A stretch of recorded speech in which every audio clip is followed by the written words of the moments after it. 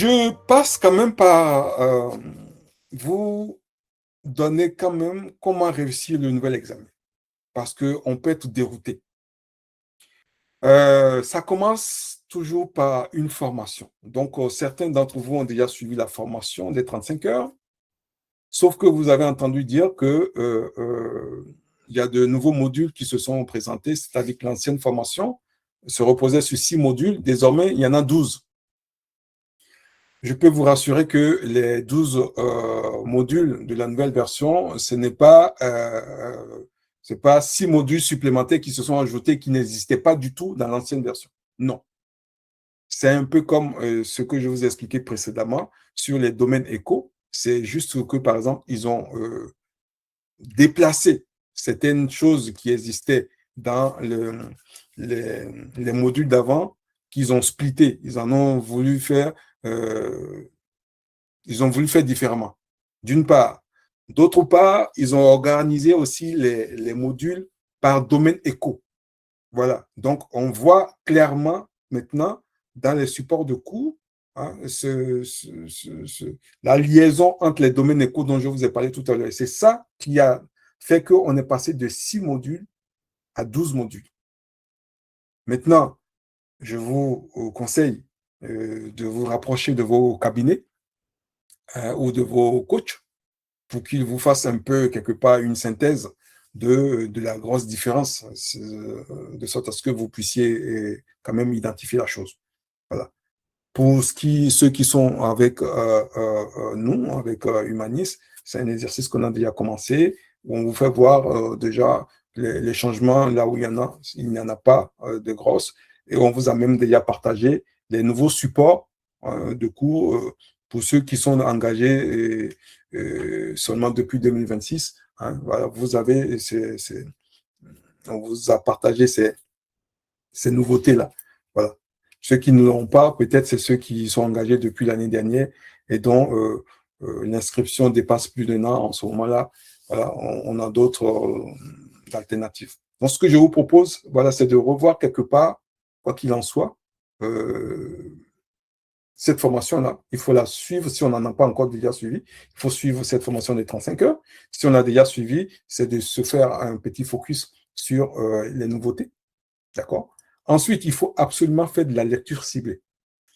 Ce que j'entends par lecture ciblée, c'est quoi? C'est que j'entends beaucoup de candidats dire ah, mais coach, moi, j'ai lu le Pinbook hein, de A à Z, hein, mais vraiment de la page 1 jusqu'à à la sixième, 600, à la page 600. Hein. Ah ouais, j'ai tout fini. D'ailleurs, je pense que je vais faire une deuxième lecture. Ça ne sert à rien. Permettez-moi de vous dire ça. Ça ne sert à rien.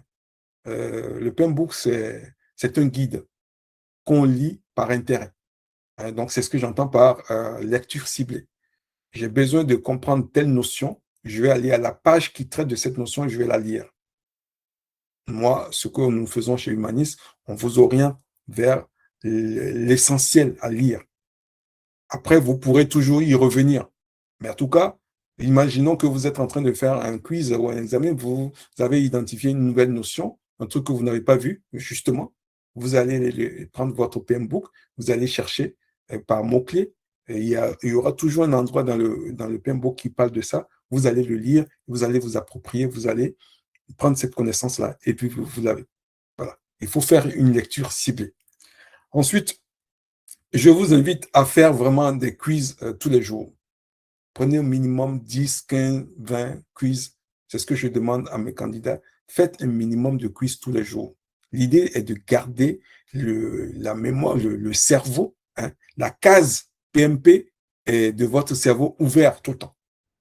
Parce que le PMP, c'est quelque chose, je ne sais pas comment le qualifier, mais c'est quelque chose, c'est une certification qui est très jalouse et qui n'aime pas qu'on l'oublie.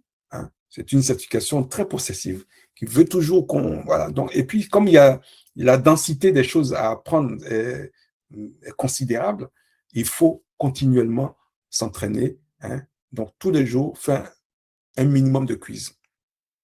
Et puis, vous organiser pour faire des examens blancs. Les examens blancs, ce que j'entends par examen blanc, c'est des examens de 180 questions à faire vraiment en 4 heures, dans les mêmes conditions que l'examen réel. Hein. on s'enferme, on évite toute perturbation, hein, et on fait cela. On peut même s'imposer des pauses comme ça se fait à l'examen. On le fait. Et puis, une fois qu'on a fini, on analyse les erreurs. Il est important de faire l'analyse des erreurs. Bon nombre de personnes font des examens blancs et ne regardent que le résultat. Ah mince, j'ai fait 60%. Allez, il faut que je fasse un deuxième pour atteindre au moins 75%. Non, non.